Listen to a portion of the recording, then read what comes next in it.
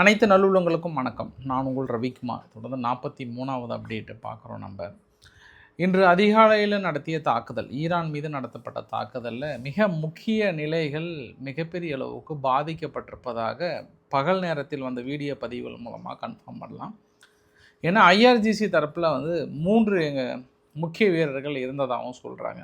அப்போ அவங்களுடைய intelligent head quarters மீதே தாக்கல் நிகழ்த்தியிருக்கிறதா சொல்கிறாங்க. அப்போ அந்த டேர்ன் கொஞ்சம் மாற்றிருக்காங்களா? ஈரான் தனது தாக்குதலை ஈரானில் அமெரிக்கா தனது தாக்குதலை அடுத்த நிலைக்கு கொண்டு போயிருக்காங்களா அப்படின்ற ஃபஸ்ட் ஆங்கிள்.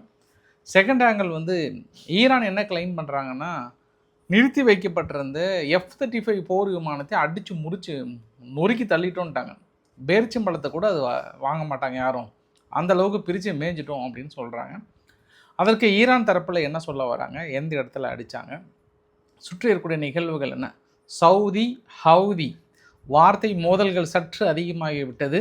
சவுதி டென்ஷன் ஆகி ஒரு 3 மூட்டை இந்த பக்கம் ஹவுதி பக்கம் அனுப்பிச்சிருக்கிறாங்க. இன்று இரவு உங்களுக்கு இருக்கிறது கச்சேரி அப்படின்னு சொல்லியிருக்காங்க ஹவுதி தரப்புலையும். ஸோ எங்கேயும் ஒன்றும் பரபரப்புக்கு பஞ்சமில்லை, தாக்குதலும் குறையவில்லை. அப்படியே அந்த பரபரப்பாகவே நம்ம பகுதிக்குள்ளே போகலாம். நம்ம ஸ்பெயினுடைய சம்பவம் மட்டும் ஒன்று ரொம்ப முக்கியமான தகவல் ஒன்று பார்த்துட்டு அப்படியே நம்ம நேராக அங்கேருந்து ஈரானுக்கு கிளம்பிடலாம் நம்ம.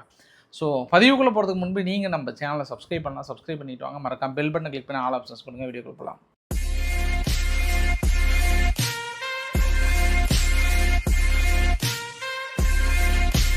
ஃபஸ்ட்டு இந்த வீடியோ பதிவுலாம் பாருங்கள், உங்களுக்கு என்ன தோணுது அப்படின்னு சொல்லுங்கள். இது ஒரு அபகலிட்டா படம் மாதிரி தான் அப்படின்னு சொல்கிறாங்க. என்ன காரணம் அப்படின்னா, இவங்கெல்லாம் இல்லீகல் மைக்ரண்ட்ஸ், அதாவது அகதிகள். யார் அப்படின்னா மொரோக்கோவிலிருந்து அகதிகளாக ஸ்பெயினுக்கு வந்தவங்க. திடீர்னு ஆயிரக்கணக்கான பேர் நாட்டுக்குள்ளே நுழையிறாங்க. நுழைந்து அடுத்தடுத்து அவங்க பாட்டுக்குள்ளே ஓடிட்டே இருக்கிறாங்க. எப்படி தடுக்க முடியும்னு தெரியல. இது ஸ்பெயின் அரசாங்கத்தை கைமீறி போன ஒரு செயலாக பார்க்குறாங்க. ஒட்டுமொத்தமாக கைமீறி போன ஒரு செயலாக பார்க்குறாங்க. இவ்வளோ பேர், அவங்களுக்கு ரூல்ஸ் கிடையாது, ஒன்றும் கிடையாது. திடீர்னு இவ்வளோ பேர் உள்ளே வந்தால் என்ன பண்ண முடியும்? நீங்கள் இன்றைக்கி நியூஸ் ஃபுல்லாகவே அதுதான். அது ஒரு 3 மணி நேரமாக இந்த நியூஸ் தான் ஃபுல்லாக. எல்லா உலக சேனல்கள்லேயும் நீங்கள் பார்த்தீங்கன்னா வேர்ல்டு நியூஸ் ஃபுல்லாகவே ரொம்ப பரபரப்பாக பேசப்படுகிற ஒரு சம்பவம் என்னென்னா, ஒரு அபகலிட்டா சீன். மிகப்பெரிய அளவுக்கு ஊடு இருக்கிறாங்க, பெரிய அளவுக்கு உள்ளே நுழைஞ்சிருக்காங்கன்ற மாதிரிலாம் சொல்கிறாங்க. எங்கேருந்து வராங்கன்னா மொரோக்கோ என்ன மேஜர் ஆஃப் த கம்யூனிட்டி இருக்குது அப்படின்னா, பெரும்பாலும் சன்னி இஸ்லாம் தான் 99% இங்கே மொரோக்கோ ஸோ 99% சன்னி இஸ்லாம்ஸ் ஃபுல்லாக இங்கே ஊடுருகிறாங்க அப்படின்னு ஏற்கனவே அமெரிக்கா தரப்பில் ட்ரம்ப் அவர்கள் வெளிப்படையாகவே பெட்ரோ சாண்டஸ் மீது வைக்கப்பட்ட குற்றச்சாட்டு என்ன அப்படின்னா, ஒரு ஆக்கிரமிப்புக்கு துணை போகிற ஒரே ஒரு நாடு அது ஸ்பெயின் மட்டும்தான். ஸ்பெயின் வாலண்டரியாக ஐரோப்பாவுடைய கலாச்சாரத்தையும் ஐரோப்பாவுடைய ஒட்டுமொத்த தேசத்தையும் ஆக்கிரமிப்பு வைப்பதற்கான மிக முக்கிய நாடாக இருக்குது அப்படின்றத சொல்கிறாங்க. அது இல்லாமல் ஸ்பெயினோட சமீபத்திய நிகழ்வுகள் எல்லாமே கொஞ்சம் இஸ்ரேலுக்கு எதிராகவும் பாலஸ்தீனத்துக்கு ஆதரவாகவும் இருப்பதற்கு இதுவே மிக முக்கிய காரணம் அப்படின்ற மாதிரிலாம் மிகப்பெரிய ஒரு குற்றச்சாட்டுமே இந்த இடத்துல பார்க்க முடிகிறது. இன்று ஃபுல்லாகவே இந்த எலான் மாஸ்க் டீமு இவங்கெல்லாம் இருக்காங்கல்ல, இவங்கெல்லாம் ஃபுல்லாக ஸ்பெயின் இன்றைக்கி போட்டு தள்ளிட்டு இருந்தாங்க. இந்த ஒரு நிகழ்வை பார்த்து ஐரோப்பாவோட கலாச்சாரத்தை ஒழிச்சிட்டு ஒட்டுமொத்தமாக கிட்டத்தட்ட அரபு தேசங்களாகவே மாற்ற போகிறாங்க, ஐரோப்பா கலாச்சாரம் முடிந்தது அப்படின்ற மாதிரிலாம் நிறைய விஷயங்கள் போட்டிருந்தாங்க. பட் அப்பார்ட் ஃப்ரம் தட், அது அவங்க எதிர்ப்பு, இந்த பக்கம் வரவேற்பு, இதையெல்லாம் தாண்டி நான் உங்களுக்கு இன்னொரு விஷயத்தையும் நான் காட்ட விரும்புகிறேன். நான் இது எப்படி இவ்வளோ பேர் உள்ளே வராங்க அப்படின்னும் போது, இந்த வரைபடத்தை பார்க்குறீங்க இல்லையா, இந்த வரைபடத்தில் இது மொரோக்கோ, அந்த பக்கம் ஸ்பெயின், அதாவது ஆப்பிரிக்கா நாடு இது, அந்த பக்கம் ஸ்பெயின். இவங்களுக்கு 2 பேர்த்துக்குள்ள டிஸ்டன்ஸ் பெரும்பாலும் 3 வழி. சும்மா அந்த மீன் பிடிக்கிற போட் இருக்குல்ல, அதில் கூட சாதாரணமாக வந்துடுவாங்க. ஏன்னா டிஸ்டன்ஸ் ஜஸ்ட் 14லேருந்து ஒரு 20 கிலோமீட்டருக்குள்ளே தான். அதுவும் ஷார்ட் டிஸ்டன்ஸை வந்தோம்னா கரெக்டாக போட்டில் வந்தாங்கன்னா 1 மணி நேரத்துலேருந்து 3 மணி நேரத்துக்குள்ளே வந்துடலாமா பை ஸ்விம். நிறைய பேர் நீந்தி கூட வந்துடுறாங்களாம். 3லேருந்து 6 மணி நேரத்துக்குள்ளே சேர்ந்துடுறாங்களாம். பட் ஸ்விம்னு வரும்போது நிறைய கோல்டு வெதர் அது இதெல்லாம் இருக்குது.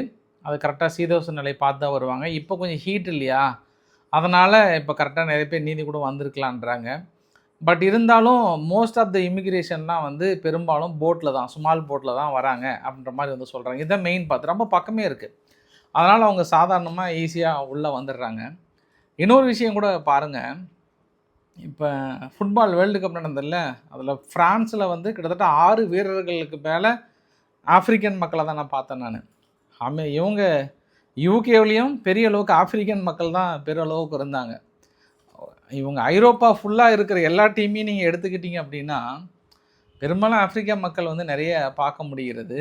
பட் இதுக்கு ஸ்பெயினுடைய பிரசிடென்ட் பெட்ரோ சாண்டஸ் அவர்கள் என்ன சொல்கிறாருன்னா, நான் மொரோக்கோ அரசாங்கத்துக்கிட்ட தொடர்ந்து நாங்கள் பேசிகிட்டு இருக்கோம், இதுக்கான ஒரு லீகல் ஆக்ஷன் எடுக்க போகிறோம் அப்படின்னு சொல்கிறாங்க. பட் அந்த ஏரியா ஃபுல்லாகவே ஒரு அபகலிட்ட சீன் மாதிரி தான். அவங்கள எப்படி அவங்க தேடி பிடிப்பாங்க, எப்படி அவங்க திருப்பி கூட்டிகிட்டு போவாங்கன்னு தெரியல. இப்போ அவங்க ஸ்பெயினுக்குள்ளே வந்துட்டாங்கன்னா ஸ்பெயினில் மட்டும் இல்லை, அப்படியே இத்தாலிக்கு போயிடுவாங்க.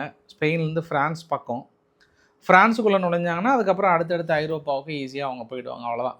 அதுக்கப்புறம் அப்படியே கொஞ்சம் நிரந்தர குடியுரிமைகள் பெற்று அப்படியே உள்ளே ஓடிடுவாங்க. பார்க்கலாம் அடுத்த கட்டமாக என்ன நடக்க போகுது. ஐரோப்பாவுக்கு மிகப்பெரிய ஒரு தலைவலியாக அமைந்தது இந்த மாதிரி மைக்ரேன்ஸ். அவங்களால வந்து தடுக்க முடியாத ஒரு விஷயம் கூட. முழுக்க எல்லா நாடுகளும் வந்து மொரோக்கோ வழியாக தான் வந்து கிளம்பி வராங்க. சரி, இதை ரொம்ப ஒரு ஃப்ளாஷ் நியூஸாக பெரிய அளவுக்கு பேசு பொருளானதுனால உங்கள்கிட்ட ஆரம்பத்தில் நான் சப்மிட் பண்ணிட்டேன் இந்த ஒரு சம்பவத்தை நான். அடுத்து மிக முக்கியமான சம்பவம் என்ன அப்படின்னா, ஈரானுடைய கிளைம் போல, ஏன்னா பெரிய கிளைம். ஏன்னா F-35 போர் விமானத்தை நாங்கள் சுட்டு வீழ்த்திட்டோம், சுட்டுலாம் இல்லை, அங்கே ஜோர்டனுடைய நிலைகளை நிறுத்தி வைத்திருந்த போர் விமானங்கள் மீது அடிச்சிட்டோம். இன்னைக்கு காலையில் நடந்த தாக்குதல் 3 F-35 கண்டிப்பாக டேமேஜ் ஆகிருக்கும். இன்னும் நாங்கள் எதிர்பார்க்குறீங்கன்னா அதிகமாக கூட டேமேஜ் ஆகிருக்கும். அது இல்லாமல் அவங்களுடைய டெக்னீஷியன்ஸ், ஆஃபீஸர்ஸ் நிறைய பேர் வந்து கொல்லப்பட்டிருக்கலாம். சம்பவ இடத்துல நேராக சொருவிட்டோம், முடிஞ்ச அவங்க கதைன்ற மாதிரிலாம் வந்து சொல்லியிருந்தாங்க. சரி, இப்போ அமெரிக்காவுடைய சென்கம் என்ன சொல்ல வராங்க, எனக்கு வந்து இன்னும் ஒரு 2 நாளில் தான் அந்த சம்பவம்லாம் தெரியும். பட் இப்போதைக்கு அமெரிக்காவோட சென்கம் என்ன சொல்லியிருக்காங்கன்னா, ஃபஸ்ட்டு பால்ஸ் கிளைம். முதல் கிளைம் என்ன சொல்லியிருக்காங்கன்னா, அவங்க IRGC ஸ்டேட் ஆஃப் ஹார்முஸ் பகுதியை அவங்க கட்டுப்பாட்டில் இருக்குது அப்படின்னு சொல்லியிருக்காங்க. அது இல்லாமல் கமர்ஷியல் வெஹிக்கிள் ஃபுல்லாகவே வந்து அவங்க கட்டுப்பாட்டில் இருக்குதுன்னு சொல்கிறாங்க. அது வந்து சும்மா ஒரு வெர்பல் த்ரெட்டு தான். நாங்கள் தாக்கல் நடத்தி ஒரு சில கப்பல்களை நாங்கள் இந்த பக்கம் அனுப்பி வச்சுட்ருக்கோன்றாங்க. ஃபேக்ட் வந்து அதான் சொல்கிறாங்க. செகண்ட் கிளைம் என்ன சொல்கிறாங்கன்னா, F-35 ஸ்டீல்த் ஃபைல்டு ஜெட்டை அவங்க டெஸ்ட்ராய் பண்ணதாக சொல்கிறாங்க. அப்படி ஒரு சம்பவம் இல்லை, எல்லா மிசைல்ஸ் அண்ட் ட்ரோனையும் நாங்கள் இன்டர்செப்ட் பண்ணிட்டோம் அப்படின்னு சொல்கிறாங்க. அப்புறம் ஈரானுடைய ஒரு கமர்ஷியல் ஆயில் டேங்கர் MT நோரான்னு சொல்லிட்டு எங்களுடைய தடுப்புகள்லாம் மீறி கிராஸ் பண்ணி போனதாக சொல்கிறாங்க. கிட்டத்தட்ட 20க்கும் மேற்பட்ட அமெரிக்காவுடைய வார்ஷிப், 100க்கும் மேற்பட்ட ஏர்க்ராஃப்ட், 1000க்கும் மேற்பட்ட சர்வீஸ் மெம்பர் அந்த இடத்துல விஜிலன்ட் பண்ணிகிட்ருக்கோம், ஃபுல்லாக பார்த்துட்ருக்கோம். எங்களை மீறி எந்த ஈரான் கப்பலும் செல்லவில்லை அப்படின்னு சொல்லியிருக்காங்க. பட் ஈரானுடைய கிளைம் வந்து பெரிய கிளைமாக இருக்குது. 3 போர் விமானங்கள் F-35 வந்து சுட்டிருக்காங்க அப்படின்னா அது வீழ்த்தியிருக்காங்க, இல்லை நிறுத்தி வைத்த பதிவில் அடிச்சிட்டாங்க அப்படின்றது ஒரு பெரிய கிளைம் தான். எங்கே போயிட போகுது, 2 நாள் நம்மளுக்கு உண்மை தகவல் தெரிஞ்சிடும் நம்மளுக்கு, இல்லையா? அதை அப்படியே கொஞ்சம் ஹோல்டு பண்ணிடலாம். அடுத்து மிக முக்கிய தகவல் என்ன அப்படின்னா, இன்றைக்கி அமெரிக்கா நடத்திய தாக்குதலில் கொஞ்சம் ஈரானுக்குள்ளே ஒரு தாக்கத்தை ஏற்படுத்தியிருக்கா அப்படின்னா தாக்கத்தை ஏற்படுத்தியிருக்கு. முதல் பதிவு இது வந்து அஸ்வாஸ் அப்படின்ற ஒரு பகுதியில் தாக்கல் நடத்தியிருக்காங்க. உங்களுக்கு அப்புறம் நான் வரைபடத்தில் காட்டுறேன் எந்த பகுதின்ட்டு. வீடியோ பதிவு பாருங்கள். இந்த அஸ்வாஸ் பகுதியில் வந்து 3 சம்பவத்தை குறிப்பிடுறாங்க. ஒன்று, அங்கே மிலிட்ரியினுடைய ஹெட் குவார்ட்டர்ஸ் ஒன்று இருந்திருக்கு. 2வது, அவங்க டெர்மினல் ஒன்று டெர்மினல் அப்படின்னா அதாவது எலக்ட்ரிக் டெர்மினல் மாதிரி, எலக்ட்ரிக் டெர்மினல் சொல்ல முடியாது, அது என்னங்க சொல்லுவாங்க, பவர் கிரிட் மாதிரிங்க, பவர் கிரிட் மாதிரி இருக்குது. அந்த இடத்துலையும் சொல்கிறாங்க. இந்த 2 முக்கிய நிலைகளில் தொடர்ந்து அடிக்கிறாங்க. அவங்களுடைய இன்டெலிஜென்ட் ஹெட் குவார்ட்டர்ஸ் வரையில் குழுமி இருந்திருக்காங்கன்றாங்க. ஏன்னா இன்றைக்கி 3 IRGCனுடைய முக்கிய மெம்பர்கள் இருந்தது அஸ்வாஸ் பகுதியில் தான். அஸ்வாஸ் பகுதி சாயந்தரம் வரைக்குமே அந்த புகை மண்டலமும் பெருசாக பாதிக்கப்பட்டிருந்தது. அந்த ப்ரோவின்ஸ் ஃபுல்லாக பவர் கட்டு, ஃபுல்லாகவே பவர் இல்லை அப்படின்றத சொல்கிறாங்க. ஸோ அப்போ எத்தனை நாள் சும்மா அடித்ததை விட நேற்று இரவு அடித்தது கொஞ்சம் எஃபெக்ட் இருக்குது, கொஞ்சம் அப்போ வாட்ச் பண்ணியிருக்காங்களோ அப்படின்ற இன்னொரு ஆங்கிள்லையும் பார்க்கலாம். 2வது இடம் என்னென்னா குஷம் ஐலாண்டு. இந்த குஷம் ஐலாண்டு வழக்கமாக கொஞ்சம் இதாக இருக்கும். பட் இந்த தடவை நேராக அவங்களோட ரெசிடென்ஷியல் பில்டிங் அப்படின்னு ஈரான் தரப்பில் கிளைம் பண்ணுறாங்க. பட் இவங்க ஐஆர்ஜிசி கோட்ரஸ் அப்படின்றாங்க. அந்த பதிவுகள் பார்த்தாவே தெரியுது இது கோட்ரஸா இல்லை வீடா அப்படின்றது நீங்கள் தான் சொல்லணும். உங்கள்கிட்ட ஒப்படைக்கிறேன். அது ஃபஸ்ட்டு. கொஷம் ஐலாண்டில் ஒரு இடம் மட்டும் அவங்க நடத்தலை, மற்றும் 3 இடத்துல நடத்துகிறாங்க. அதுக்கு இன்னொரு பதிவுமே உங்ககிட்ட காட்டுறேன் நான். இந்த பதிவு சாயந்தரம் வரைக்குமே இருந்தது. ஒரு மாதிரி அந்த அஃபெக்டட் ஏரியா வந்து நிறைய இருந்த மாதிரியும் தெரியுது. அப்போ கொஞ்சம் ஈரான் நிறையா பாதிக்கப்பட்டிருக்கு. உங்களுக்கு வரைபடத்தில் பார்த்தீங்கன்னா உங்களுக்கு தெரியும். பெரும்பாலான எந்த இடத்துல வந்து டைரக்ட் இம்பாக்ட்னா ஃபஸ்ட்டு ரெட் கலர் மட்டும் பாருங்கள். ரெட் கலரில் வந்து அபு மூசா ஐலாண்ட் இருக்குது இல்லையா, அங்கே பெருசாக அஃபெக்டாக இருக்குது. இன்னொன்று வந்து கிஷ் ஐலாண்ட், அப்புறம் வந்து குஷம் ஐலாண்டு அது பக்கத்தில். பட் சிரிக்கின்ற பகுதியில் வந்து ரிப்போர்ட்டட் ஸ்ட்ரைக், அதாவது அமெரிக்கா தாக்கல் நடத்தினதாக சொல்கிறாங்க. சும்மா அது எந்த அளவுக்கு இம்பாக்ட் பெருசாக புகையும் மற்றது தெரியல. ஆனால் அந்த சிவப்பு கலர்லாம் பெருசாக இம்பாக்ட் தருது. அப்புறம் மேலே பார்த்தோன்னா புஷீர் பகுதியில், அப்புறம் வந்து கஸ்ரன் அப்படின்ற ஒரு பகுதியில், கீழே வந்து பெர்சாபாத்ன்ற இடத்துல, அப்புறம் வந்து நூராபாத் அப்படின்ற ஒரு பகுதியிலும் லைட்டாக தான் இருக்குது. மேலே பாருங்கள் இந்த அபாண்டன் அண்ட் அஸ்வாஸ், இது ரெண்டும் முக்கியம். அபாண்டன் பகுதியிலும் ஒரு சில பதிவுகள் கிடைத்திருக்கு. மிக முக்கிய அங்கே நான் பிரிகேட் இருந்தது, ஈரானுடைய பிரிகேட் அடித்ததாக சொல்கிறாங்க. அது மிக முக்கியமாக அஸ்வாஸ் தான் மிக முக்கிய பகுதியாக சொல்கிறாங்க. ஸோ அங்கே தான் பெரிய பாதிப்புகள் தெரியுது. அப்போ நம்ம என்ன புரிஞ்சுக்கிடணும் அப்படின்னா, ஒரு பெரிய இம்பாக்டை க்ரியேட் பண்ணுறாங்க. நாளைக்கு என்ன நடக்க போகுதுன்றதை பொறுத்து இருந்து பார்க்கலாம். பட் ஈரான் முதல் முறையாக கத்தாரினுடைய வேண்டுகோளை நிறைவேற்றிருக்கிறாங்க. கத்தாரினுடைய LNG டெர்மினல் ஒன்று இந்த ஸ்ட்ரெயிட் ஆஃப் ஹார்முஸ் பகுதியில் பாகிஸ்தானுக்காக, சரி போகலாம், நீங்கள் எங்கள் பர்மிஷன் வாங்கிட்டீங்க, நீங்கள் போகலாம், ஒன்றும் பிரச்சனை இல்லை அப்படின்னு சொல்லிட்டு ஒரு ஒப்புதலை கொடுத்துருக்காங்க. சம்பவம் நம்பர் 2, அராக்சி அவர்கள் நேராக பல்கேரியானுடைய ஃபாரின் மினிஸ்டர்கிட்ட பேசுகிறாரு, பெட்ரோவா அவங்கக்கிட்ட. பெட்ரோவா அவங்கக்கிட்ட பேசுனதுக்கப்புறம் ஒரு வார்த்தை சொல்கிறாங்க, நீங்கள் தேவையில்லாமல் அமெரிக்காவுக்கான நிலைகளை கொடுத்துட்டுங்க, ஃபஸ்ட்டு நாங்கள் சும்மா கேஷுவலாக எங்களுக்கான எதிர்ப்புகளை தெரிவிச்சிடறோம், அதையும் மீறி நீங்கள் தொடர்ந்து அவங்களுக்கான இடங்களை கொடுத்தீங்க அப்படின்னா நம்மளோட உறவுகள் நேரடியாக பாதிக்கப்பட்டு விடும். இனி ஈரானுக்கும் பல்கேரியாவுக்கும் எந்த தொடர்பும் இருக்காது. ஒன்று, அதை ரீகன்சிடர் பண்ண வேண்டிய சூழ்நிலை. 2வது, இன்னும் கொஞ்சம் தாக்குதல் அதிகமாச்சு அப்படின்னா நிச்சயம் நாங்கள் உங்கள் மீதும் தாக்கல் நடத்துவோம் அப்படின்றாங்க. அப்படி பல்கேரியா மீது தாக்கல் நடத்தும் பட்சத்தில் அது டைரெக்டாகவே நேட்டோ நாடுகள் மீது நடத்தப்படுகிற தாக்குதலாகவே பார்க்கும் ஐரோப்பா நாடுக்குள்ளே இருக்கக்கூடிய பல்கேரியா. அதனால் அது எந்த மாதிரியான இஃபெக்டை க்ரியேட் பண்ணுன்றது தெரியல. ஸோ ஈரானுடைய 2 மிரட்டல்களை நம்ம விழித்து கொள்ள வேண்டும். ஒன்று, அங்கே உக்ரைன் மீது கண்டிப்பாக அடிச்சே தீர்வோன்னு சத்தியம் பிரமாணம் பண்ணிகிட்டு இருக்காங்க. அதுக்கப்புறம் பல்கேரியா கொடுத்தாங்கன்னா கண்டிப்பாக நாங்கள் பல்கேரியாவும் அடித்தே தீருவோம் அப்படின்னு சொல்கிறாங்க. சரி, சவுதிக்கிட்டேயும் ஹவுதிக்கிட்டேயும் வந்துடலாம். இன்றைக்கி வந்து ஹவுதியினுடைய மினிஸ்டர் சார்பாக என்ன சொல்கிறாங்கன்னா, ஒரு டீட்டெயிலான டெப்த்தான விளக்கத்தில், நாங்கள் நடத்திய தாக்குதலில் எங்களுடைய ஆயில் ஃபெசிலிட்டிஸ் மீது நடத்தியது 3 குரூப் நடத்தியிருக்காங்க. ஒன்று எமினி ஹவுதிகள் ப்ளஸ் ஈராக் மிலிட்டன்ஸ், அதாவது PMF ப்ளஸ் IRGCனுடைய கமாண்டர்ஸ். இந்த 3 பேருமே குழுமி இருக்கக்கூடிய மிக முக்கிய பகுதியில் நாங்கள் நடத்திய தாக்குதல். எமினி ஹவுதிகள் சொல்ல அவங்க செயல்பட அங்கிருந்து தான் நடத்தியிருக்காங்க இந்த தாக்குதல். ஈரானுக்கு வந்து எமினி ஹவுதிகள்கிட்ட ஆயுதங்கள் கொண்டு வந்து சேர்த்துறது கஷ்டமாக இருக்குது. அதே அங்கே இருக்கக்கூடிய PMF கிட்ட ஆயுதங்கள் கொண்டு போய் சேர்த்துறது ஈஸியாக இருக்குது. அதனால் இவங்க என்ன பண்ணுறாங்க, இங்கேருந்து ஒரு குழுவை அங்கே அனுப்புகிறாங்க. இங்கேருந்து ஹவுதிக்கிலிருந்து ஒரு குழு அவங்க போய் கிளம்பி சேர்ந்து அதுக்கப்புறம் அங்கேருந்து தான் இந்த தாக்குதலை முன்னெடுத்திருக்காங்கன்ற ஒரு குற்றச்சாட்டு. அதற்கு ஆதாரமாக இன்றைக்கி ஹவுதியினுடைய ஒரு முக்கிய நபர் அங்கே ஈராக்கில் நாங்கள் தாக்கப்பட்டது கொல்லப்பட்டதை அனௌன்ஸ் பண்ணுறாங்க. யார்? ஹவுதியிலையும் ஒத்துக்கிட்டாங்க, சவுதியிலையும் இதை சொல்கிறாங்க. அப்போ ஈரானுடைய IRGC மெம்பர் 4 பேர் இறந்து போயிருக்காங்க, அதுவுமே உறுதியாயிடுச்சு. மீதி இந்த PMனுடைய மிலிட்டன்ஸ் வந்து 20 பேர் இறந்து போயிருக்காங்க.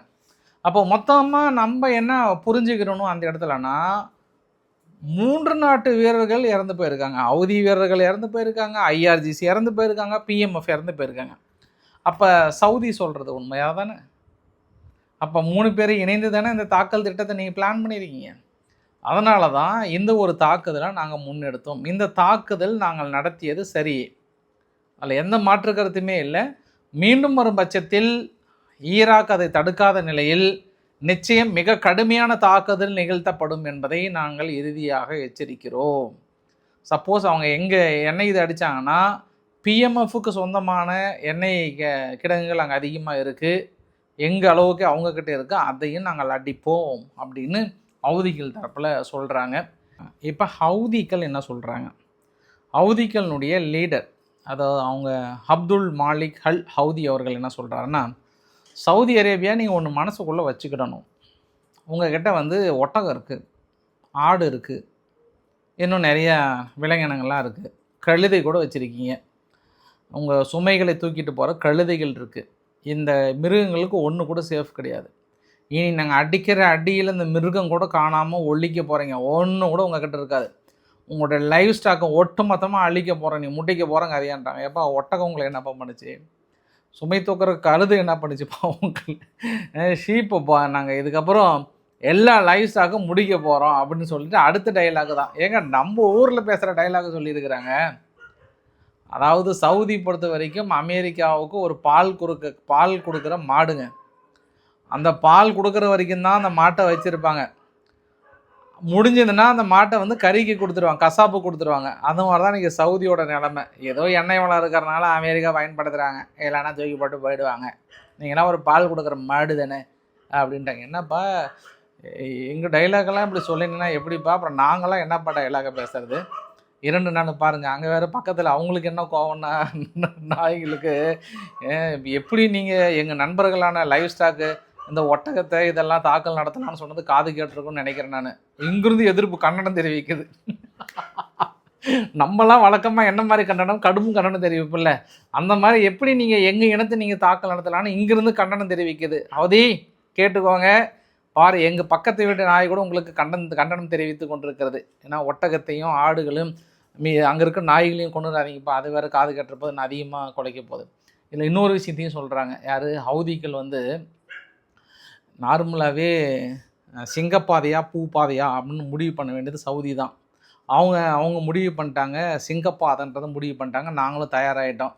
ஆனால் ஒன்றை மட்டும் மனதில் வைத்து கொள்ளுங்கள் சவுதி, நீங்கள் எப்போ நீங்கள் அமெரிக்கா பக்கம் இணைந்து நீங்கள் தாக்கல் நடத்துறீங்களோ அன்றே நீங்கள் வந்து ஜியோனிஸ்ட் ஆகிட்டீங்க. அவ்வளோதான். இனி வந்து இஸ்ரேலுக்கும் உங்களுக்கு வித்தியாசமே இல்லை. நீங்களாக ஓடி வந்து இல்லை நான் இஸ்லாம்னா கூட நான் ஒத்துக்கவே மாட்டேன், நீ வந்து இன்று முதல் நீங்கள் வந்து ஜூஸ் ஆகிட்டீங்க, இனி நாங்கள் ஜூஸ் மீது தாக்கல் நடத்துறது தப்பே கிடையாது, அடி பொழக்க போகிறோம், இன்றைக்கி நைட்டு பார்த்து வச்சுக்கோங்க, எப்படி நீங்கள் தடுக்கிறீங்கன்னு பார்க்கலான்ட்டாங்க. இந்தப்பா 2 ராக்கெட்டு சும்மா அனுப்பி விட்றாங்க, முடிஞ்சால் பிடிச்சிப்பாரு அப்படின்ட்டு அவங்க என்ன பண்ணிட்டாங்க, ஹவுதிகளுடைய 3 நிலைகளை வந்து நிறுத்திட்டாங்க, அடிச்சிருக்காங்க. அது பெருசாக இம்பாக்ட் இல்லை, சும்மா ஒரு லைட்டாக நம்ம டெஸ்டிங் பார்த்தோம், அப்புறம் நம்மளை அடிச்சுக்கிறோன்றாங்க சவுதி தரப்புலேருந்து. சரி, இப்போ பேபிலப் மேண்டப் பகுதியில் பெருசாக தடுத்து நிறுத்திட்டே இருக்கிறாங்க. அப்போ அந்த பகுதியை வந்து சுதந்திரமாக கப்பல்கள் செல்வதற்கு ஒரு கூட்டமைப்பு நாடுகள்லாம் சேர்த்து ஒரு பெரிய பிளானு திட்டம் போடுறாங்க. Maldives, Morocco, Bangladesh, US, Yemen, Oman, Bahrain, Saudi Arabia, Sudan, Kuwait, Jordan and New Zealand இவங்கெல்லாம் இணைந்து இந்த பேபிலப் மேண்டப் பகுதியை ஓப்பன் பண்ணுவதற்காக ஒருங்கிணைந்து பெரிய ஒரு திட்டத்தில் கையில் எடுக்க போகிறாங்க. ரெட் சி ஹவுதிகளிடமிருந்து விடுவிக்க வேண்டியது சால சிறந்தது. இந்த பக்கம்லாம் ஈஸியாக வந்துடுவாங்க, ஈரான் கூட தான் வர மாட்டாங்க. ஏன்னா இந்த பக்கம் கொஞ்சம் டேஞ்சர் கம்மி, அதனால் வருவாங்க. பட் இந்த நாடுகள் எந்த அளவுக்கு வருவாங்கன்னு தெரில. பட் சவுதி கிட்ட சொல்லியிருக்காங்க, கவலைப்படாத சவுதி, ஃபீல் பண்ணாத, வந்துடுறேங்க, வந்து எல்லா கப்பலையும் கொஞ்சம் ஃப்ரீயாக அனுப்பி வைக்கிறேங்க அப்படின்ற மாதிரி வந்து சொல்லியிருக்காங்க. ஹமாஸுடைய முக்கிய ஆயுத குடோன்கள் மீது தாக்கல் நடத்தப்பட்டதாக சொல்கிறாங்க. எனக்கு கேள்வி என்னென்னா, இந்த இடத்துல இஸ்ரேல் எனக்கு பதில் சொல்லணும், எப்படி அவங்களுக்கு ஆயுதங்கள் வருதுன்னு தான் எனக்கு பெரிய கேள்வியாக இருக்குது.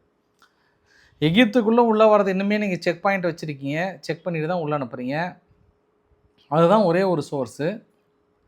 கடல் வழியும் ஃபுல்லாக அடைச்சிட்டிங்க, இன்னுமா அவங்க உள்ள ஆயுதங்கள் ப்ரொடக்ஷன் பண்ணிகிட்டு இருக்காங்க. ஆனால் செகண்டரி எக்ஸ்ப்ளோஷன் வருது. எப்படி தான் அவங்க எப்படி வருது அவங்களுக்கு? அப்போ எகிப்திலேருந்து ஏதோ ஒரு ஓட்டம் இருக்கா? ஆனால் இந்த தாக்குதல் இருக்குது, அவங்க குடியிருப்புகளை தாக்கல் நடத்தினான்னு சொல்லியிருந்தா கூட ஒரு சில பதிவுகள் அதுக்கப்புறம் காட்டினாங்க, இது என்ன குடியிருப்புகள் மாதிரி தெரியுது அவங்களுக்கு அப்படின்ற மாதிரியான பதிவுகளும் காட்டியிருந்தாங்க. அது 3 பேர் பொதுமக்கள் இருந்து போனதாக இவங்க சொல்கிறாங்க. அவங்க தரப்பில் நஹி ஹமாஸ் நபர் அப்படின்னு அவங்க தரப்பில் சொல்கிறாங்க. இன்றைக்கி ஹமாஸினுடைய புதிய லீடர் கலீல் அல் ஹயா எங்கே போயிருக்கிறார்? துருக்கிக்கு போயிட்டு துருக்கியோட ஃபாரின் மினிஸ்டரை பார்த்துருக்கிறார். அப்போ இஸ்ரேல் ஊடகம் என்ன எழுதியிருந்தாங்கன்னா, அவ்வளோ பார்த்தாங்களே, அவங்கக்கிட்ட ஆயுதங்களை போட்டு சரண்டராங்கன்னு சொல்லியிருந்தாங்கன்னா இன்றைக்கி அற்புதமான நாடு உருவாகி இருக்குமே, ஏன் அதை பற்றி யாருமே வாயை திறக்க மாட்டேன்றீங்க? அதை பற்றி திறந்தால் இந்த இடத்துல அமைதி பலருமே, இனிமேல் ஹமாஸை யாருமே ஆயுதங்கள் போடுங்கன்னு சொல்லவே இல்லையே அப்படின்ற இன்னொரையும் ஆளுங்கத்தை அந்த பக்கம் வந்து தெரிவித்திருந்தாங்க. இன்றைக்கி இஸ்ரேலுக்குள்ளார ஒரு ஆம்புலன்ஸ் டிரைவர் ஒன்று, ஹமீர் இசாம் முகமது டிட்டி அப்படின்ற ஒரு நபரை கைது பண்ணியிருக்காங்க. 34 வயசு. ஈரானுக்காக உளவு வேலை பார்த்துருக்கிறார் அப்படின்ற கோணத்தில் அனௌன்ஸ் பண்ணியிருக்காங்க. எகிப்து வந்து காலையில் 2 கப்பல்கள் மோதிக்கிட்டதுனால தான் விபத்துன்ற மாதிரிலாம் சொன்னாங்க. அதுக்கப்புறம் 5 மணி நேரம் கழித்து ட்ரோன் தாக்குதல், 2 ட்ரோன் அனுப்பியிருக்கிறாங்க. யாருன்னு தெரியல. முழுமையாக விசாரணைக்கு உத்தரவிட்டிருக்கிறோம். சம்மந்தப்பட்டவர்கள் யாராக இருந்தாலும் கடுமையாக நடவடிக்கைகள் எடுக்கப்படும்னு சொல்கிறாங்க. இப்போ அடுத்தது எகிப்தும் வந்து இணையுது. யார் எங்கே நடவடிக்கை எடுக்கிறாங்கன்றதை நாளைக்கு பார்த்துடலாம். ஏன்னா நாளைக்குள்ளே கண்டுபிடிச்சிருவாங்க. சவுதி இல்லை, எகிப்தினுடைய எல்லை பகுதியில் அமெரிக்கானுடைய எல்என்ஜி டெர்மினல் மீது 2 ட்ரோன் தாக்கல் நிகழ்த்தியிருக்காங்க. பழைய நிலைமைக்கு வந்துடுச்சு. ரொம்ப சீரியஸ் கன்சர்னாக எடுக்க போகிறோம்.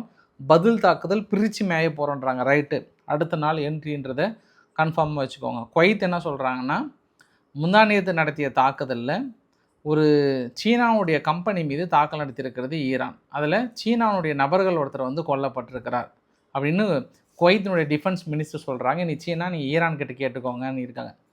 வீடியோட நிறைவு பகுதியில் ரஷ்யா என்ன பண்ணுறாங்க, வருகின்ற ஜூலை இல்லையா ஆகஸ்ட் 1 இருந்து கிட்டத்தட்ட 2027 எண்டு வரைக்குமே, ஜனவரி 31, 2027 வரைக்கும் gasoline, diesel, marine fuel and gas oil ஏற்றுமதி செய்ய தடை விதிக்கிறாங்க. First time in Russia. இதுக்கு முன்ன சும்மா 1 நாள் 5 நாள் தான் தடை வச்சாங்க, 10 நாளாங்க, 1 வருஷம் தடை வச்சிட்டாங்க. பெட்ரோல், டீசல், கேசோலைன் எதுவுமே வந்து ஏற்றுமதி பண்ணக்கூடாதுன்ட்டாங்க. ஏன்னா லோக்கல் தேவை அதிகமாக இருக்குது அப்படின்றதுனால இப்படி ஒரு தடையை விதித்திருக்கிறாங்க. அப்போ உக்ரைனுடைய இம்பாக்ட் இருக்குல்ல. இதில் இன்னொரு விஷயத்தையும் சொல்லிடுறேன். அதாவது எல்லோரும் என்ன நினச்சிக்கிறோம் அப்படின்னா, அப்போ பெட்ரோல், டீசல், கேசோலைன், கேஸு இது எல்லாமே அவங்க நாட்டுக்குள்ளே பியூரிஃபை பண்ணி லோடு மூலிமா பக்கத்து நாடுகளுக்கோ இல்லை பைப்லைன் வழியாக அனுப்புவாங்க. அது தடை விதிக்கிறாங்க. ஆனால் குருடாயிலே ஏற்றுமதி பண்ணுறாங்களான்னா பண்ணிகிட்ருக்காங்க. அது ரெண்டுத்துக்குள்ள டிஃப்ரென்ஸ் புரிஞ்சுக்கணும் நம்ம. அப்போ ரிஃபைன் பண்ணி விற்கிறத மட்டும் தான் தடை விதிக்கிறாங்க. குருடாயில் ஏற்றுமதி வந்து வழக்கமாக போயிட்டே தான் இருக்குது. லாஸ்ட்டு மந்த்து நம்ம தான் அதிகமாக வாங்கியிருக்கிறோம் ரஷ்யா கிட்ட. மிகப்பெரிய அளவுக்கு சீனாவை விட நம்ம தான் அதிகமாக வாங்கியிருக்கிறோம் அப்படின்றதும் ஒரு கூடுதல் தகவலாக சொல்ல முடியும். வீடியோ நிறைவு பகுதியில் பாகிஸ்தான் ஆக்குபைடு காஷ்மீரில் இராணுவம் பொதுமக்களை சுட்டு குவித்து கொண்டிருக்கிறது. பொதுமக்களினுடைய ட்ரெஸ்ஸை போட்டுக்கிட்டு இராணுவம் வந்து மிக கடுமையான நடவடிக்கை எடுக்கிறாங்க. அப்படியே இந்த பக்கம் வந்தால் தெஹ்ரிக்கே தாலிபன்கள் ஆப்கானுடைய எல்லை பகுதியில் மிகப்பெரிய ஒரு போலீஸ் ஸ்டேஷன் இருந்திருக்கு. இன்றைக்கி காலையில் ஒரு 10 போலீஸ் ஆஃபீஸரை போட்டாங்க. டப்புன்னு உள்ளே வந்து போட்டாங்க. 10 பேர், ஒருத்தர் கூட உயிரோடு இல்லை. அதுக்கான இறுதி ஊர்வலம் நடந்து கொண்டு இருக்கிறது. அப்போ அவங்க அப்படி டீல் பண்ணுறாங்க மக்களை. இந்த பக்கம் அவங்க இராணுவத்தை இப்படி டீல் பண்ணுறாங்க. இன்னும் கீழே ஒன்றும் வரல. இந்த அதாவது பேர் திடீர்னு ஃப்ளோவில் மறந்துட்டேன் நான். அதாவது தெஹ்ரிக்கே தாலிபன்கள் பலுச்சிஸ்தானில் இருக்காங்க இல்லையா, பலுச்சிஸ்தான் லிபரேஷன் ஆர்மி இருக்காங்க இல்லையா அவங்க, அப்புறம் கீழே பாகிஸ்தான் ஆக்குபைடு காஷ்மீர், இந்த 3ல் என்னென்னா இவங்க 2 பேர் இராணுவத்தை அடிக்கிறாங்க. இராணுவம் அந்த கோபத்தை வந்து மக்கள் மீது காட்டுறாங்க. பாகிஸ்தான் ஆக்குபைடு காஷ்மீரில் இன்னும் போராட்டம் ஓயவில்லை. நாளுக்கு நாள் வீரியம் அதிகமாகிட்டே இருக்குது. மிகப்பெரிய அளவுக்கு போராட்டமாக மாறி இருக்கிறது பார்க்கலாம். ஸோ இன்றைக்கு ஓரளவுக்கான தகவலை கவர் பண்ண நினைக்கிறேன். பிடிச்சிருந்தால் லைக் பண்ணுங்கள், ஃப்ரெண்ட்ஸை ஷேர் பண்ணுங்கள், சப்ஸ்கிரைப் பண்ணுங்கள். ரவிக்குமார் சோமு சேனல். நன்றி, வணக்கம்.